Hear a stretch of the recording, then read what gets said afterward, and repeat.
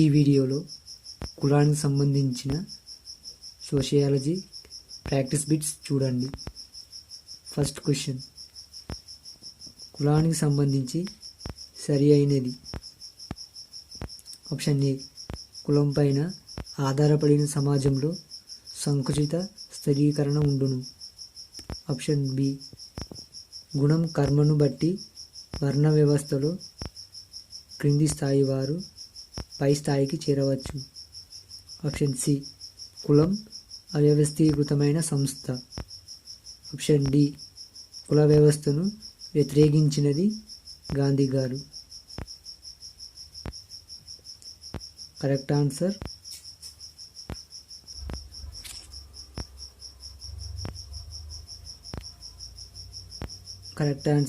Option 3 A, B మరియు C. అంటే కులంపై ఆధారపడిన సమాజంలో సంకుచిత స్థిరీకరణ ఉండును. గుణం కర్మను బట్టి వర్ణ వ్యవస్థలో క్రింది స్థాయి వారు పై స్థాయికి చేరవచ్చు. ఆప్షన్ సి, కులం వ్యవస్థీకృతమైన సంస్థ. A, B, C correct answer. Option D, కుల వ్యవస్థను వ్యతిరేకించినది గాంధీజీ. ఇది రాంగ్ ఆన్సర్. గాంధీజీ గారు కుల వ్యవస్థను సమర్థించారు. ఎందుకంటే శ్రమ విభజన జరుగుతుంది కాబట్టి. కుల వ్యవస్థను సమర్థించింది గాంధీజీ గారు, కుల వ్యవస్థను వ్యతిరేకించింది అంబేద్కర్ గారు. అంటే option 3 is correct answer. Second question, క్రింది వాణిలో సరైన వాక్యాలను గుర్తించండి. ఆప్షన్ 1, కులం ముఖ్య లక్షణం అంతర్వివాహం మరియు అనులోమ వివాహం. ఆప్షన్ 2, కులం ముఖ్య లక్షణం బహిర్వివాహం ప్రతిలోమ వివాహం. కులం ముఖ్య లక్షణం బహిర్వివాహం ప్రతిలోమ వివాహం. ఇందులో ఆప్షన్ 1 మాత్రమే సరైనది. అంటే ఆప్షన్ 1 సరైనది, సెకండ్ తప్పు. Correct answer is option 1. ఇందులో అంతర్వివాహము అనగా ఒక కులానికి చెందిన పురుషుడు అదే కులానికి లేదా ఉపకులానికి చెందిన స్త్రీని పెళ్లాడితే దాన్ని అంతర్వివాహము, దాన్ని ఎండోగామి అంటారు. అదే అనులోమ వివాహము అనగా ఉన్నత వర్ణ పురుషుడు తమ కంటే తక్కువ వర్ణ స్త్రీని వివాహం చేసుకుంటే దానిని అనులోమ వివాహం, హైపర్గామి అంటారు. థర్డ్ క్వశ్చన్, జతపరచుము. రచయితలు వారు రచించిన గ్రంథాలు. ఫస్ట్ది ఎంఎన్ శ్రీనివాస్. అతను రచించిన గ్రంథం caste in modern India and other essays. అదే option 2 GS Ghurye, caste and race in India అనే గ్రంథాన్ని రచించారు. Herbert Risley option D the peoples of India అనే గ్రంథాన్ని రచించాడు. Andre Beteille caste old and new అనే గ్రంథాన్ని రచించాడు. అంటే option 2 is correct answer.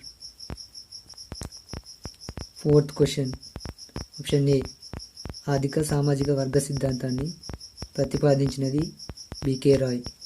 Option B, షాద్నగర్లో ఆధిక్య కులంపై పరిశోధన చేసినది ఎస్సి దుబే. ఆప్షన్ సి, ఆధిక్య కులంపై ఎంఎన్ శ్రీనివాస్ రాసిన గ్రంథం religion and society among the కూర్గ్స్.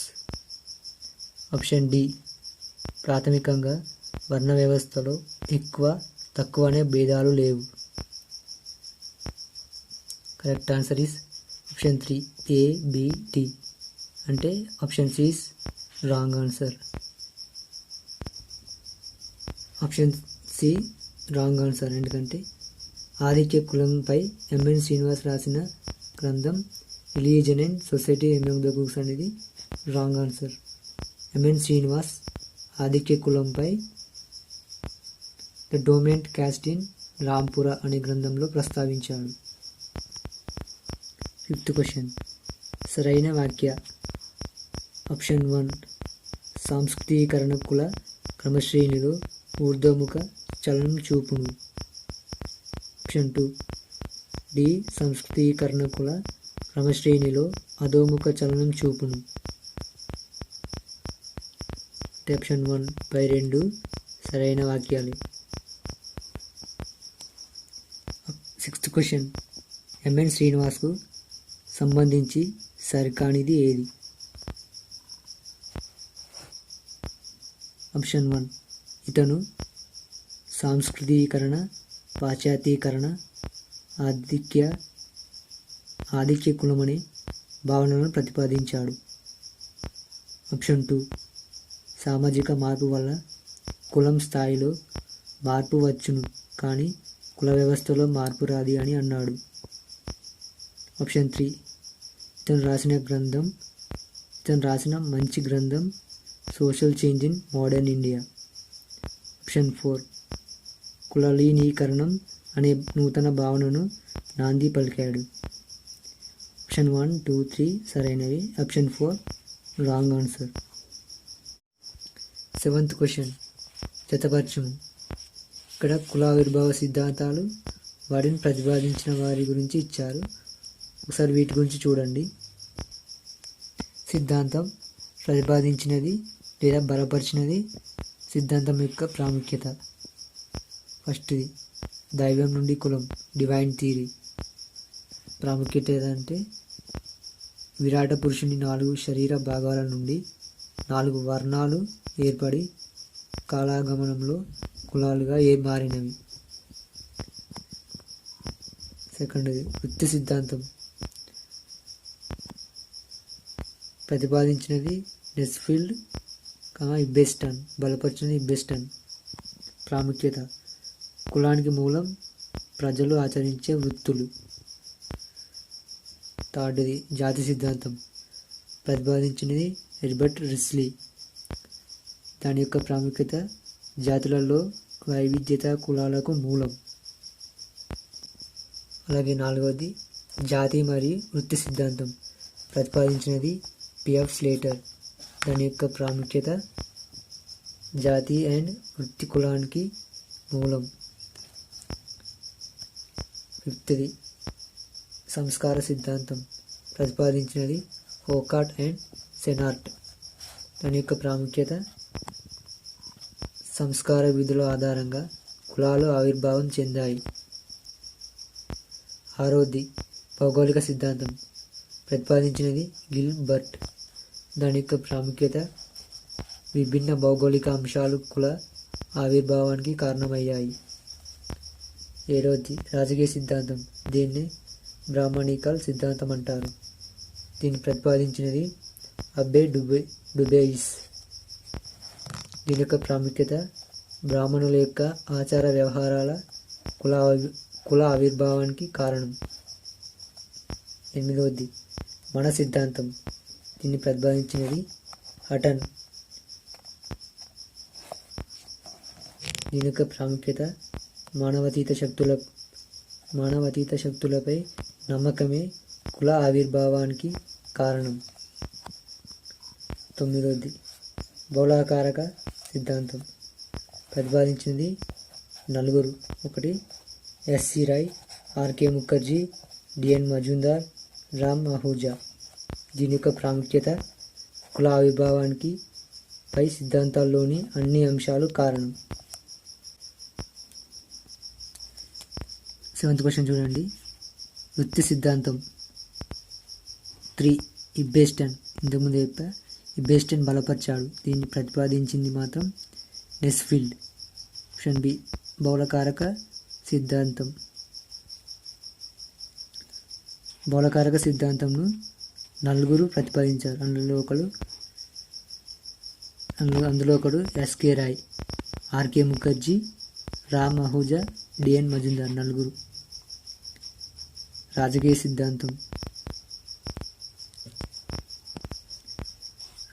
సిద్ధాంతం ఆప్షన్ 4 డుబోయిస్. దీన్ని బ్రాహ్మణికల్ సిద్ధాంతం అంటారు. భౌగోళిక సిద్ధాంతం ఆప్షన్ 1 గిల్బర్ట్. అంటే దీనిలో option 3 is correct answer. 8th question, వర్ణ వ్యవస్థలో స్థానం లభించని వారు. ఆప్షన్ 1 నామశూద్రులు, ఆప్షన్ 2 శూద్రులు, ఆప్షన్ 4 ఆదిమ తెగలు, ఆప్షన్ 4 1 మరియు 3. Right answer is 4th. అంటే నామశూద్రులు, శూద్రులు వర్ణ వ్యవస్థలో స్థానం లభించని వారు. 9th క్వశ్చన్, సాంస్కృతీకరణ నమూనాలకు సంబంధించి సరికానిది ఏది? ఫస్ట్ 1, శూద్ర గుల్జార్ కులానికి చెందిన శివాజీ క్షత్రియ నమూనాను అనుసరించాడు. ఇది కరెక్ట్ ఆన్సర్. తేలి అనే నిమ్న కులం వారు వైశ్య నమూనాను అనుసరించారు. Correct answer. నామశుద్ధులు బ్రాహ్మణ నమూనాను అనుసరించారు. Correct answer. కాశ్మీరీ పండిట్స్ అస్పృశ్యులను అనుసరించారు. ఇది రాంగ్ ఆన్సర్. అంటే option 1, 2, 3 correct answer. 7th question, జతపరచము. ఇక్కడ కులావిర్భావ సిద్ధాంతాలు, వాటిని ప్రతిపాదించిన వారి గురించి ఇచ్చారు. ఒకసారి వీటి గురించి చూడండి. సిద్ధాంతం ప్రతిపాదించినది లేదా బలపరిచినది, సిద్ధాంతం యొక్క ప్రాముఖ్యత. ఫస్ట్ది దైవం నుండి కులం, డివైన్ థియరీ. ప్రాముఖ్యత ఏదంటే విరాట పురుషుని 4 శరీర భాగాల నుండి 4 వర్ణాలు ఏర్పడి కాలాగమనంలో కులాలుగా మారినవి. సెకండ్ది వృత్తి సిద్ధాంతం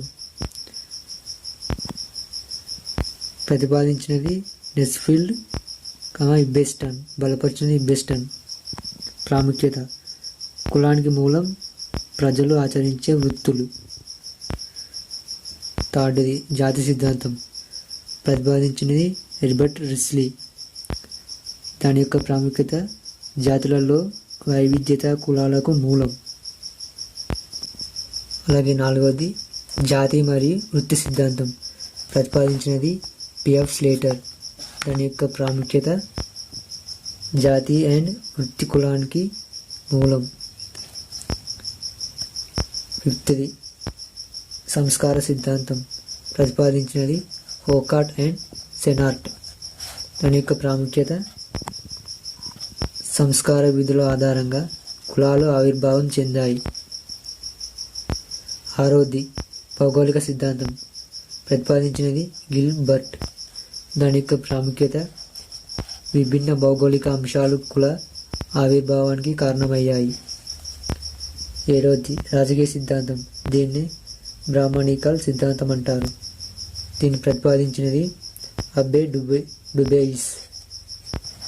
దీని యొక్క ప్రాముఖ్యత బ్రాహ్మణుల యొక్క ఆచార వ్యవహారాల కుల ఆవిర్భావానికి కారణం. 8వది మన సిద్ధాంతం. దీన్ని ప్రతిపాదించినది హటన్. దీని యొక్క ప్రాముఖ్యత మానవతీత శక్తులపై నమ్మకమే కుల ఆవిర్భావానికి కారణం. 9వది బౌలాకారక సిద్ధాంతం ప్రతిపాదించినది నలుగురు. 1 ఎస్సి రాయ్, ఆర్కే ముఖర్జీ, డిఎన్ మజుందార్, రామ్ అహూజా. దీని యొక్క ప్రాముఖ్యత కుల ఆవిర్భావానికి పై సిద్ధాంతాల్లోని అన్ని అంశాలు కారణం. 7th క్వశ్చన్ చూడండి. వృత్తి సిద్ధాంతం 3 ఇబ్బెస్టన్. ఇంతకుముందు చెప్పా, ఇబ్బెస్టన్ బలపరిచాడు. దీన్ని ప్రతిపాదించింది మాత్రం నెస్ఫీల్డ్. ఆప్షన్ బి బౌలకారక సిద్ధాంతం. బౌలకారక సిద్ధాంతంను 4 ప్రతిపాదించారు. అందులో ఒకడు ఎస్కే రాయ్, ఆర్కే ముఖర్జీ, రామ్ అహూజా, డిఎన్ మజుందార్. 4. రాజకీయ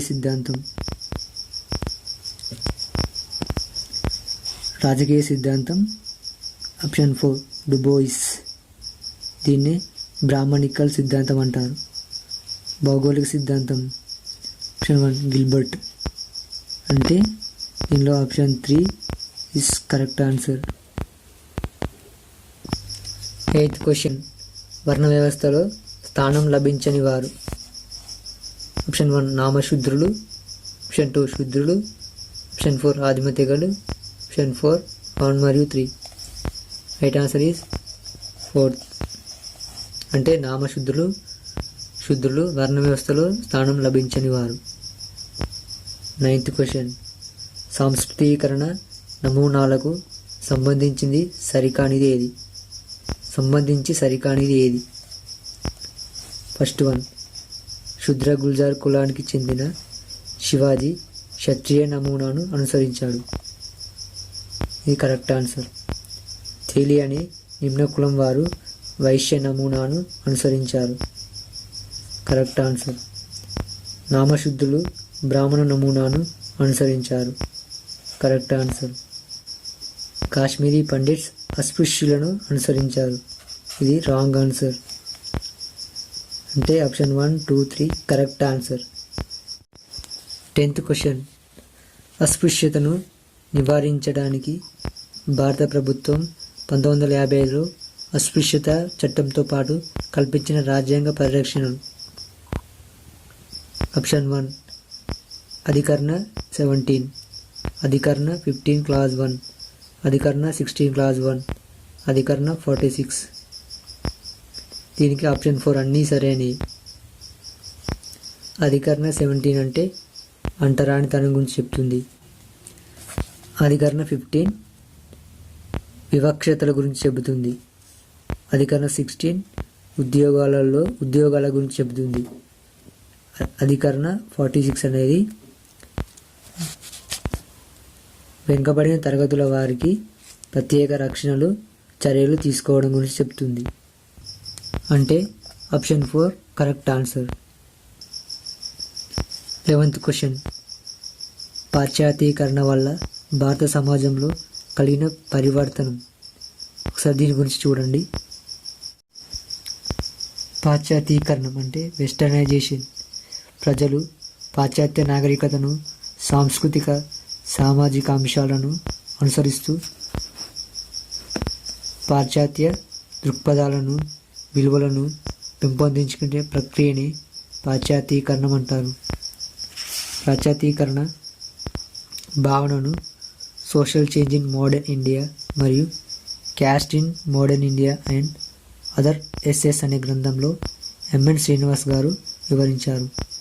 భారతదేశం ఆధునిక దేశంగా మారడానికి బ్రిటిష్ వారి పరిపాలన పునాది వేసినదిగా చెప్పవచ్చు. పాశ్చాత్యీకరణకు బదులు ఆధునీకరణం అనే పదాన్ని డేనియల్ బెర్నర్ వాడారు. ఎస్ఎన్టీ మరియు శాస్త్రీయ పరిజ్ఞానాన్ని ఉపయోగించి జీవించడమే ఆధునీకరణం. దీని యొక్క లక్షణాలు: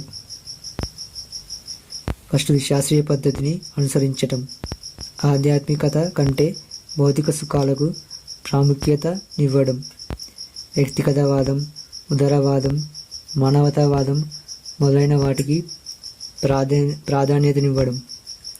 మానవతావాదం అనగా కులం, మతం, వయస్సు, లింగం, ఆర్థిక స్థాయి వంటి వాటితో ప్రమేయం లేకుండా సర్వసమాన సంక్షేమానికి కృషి చేయడం.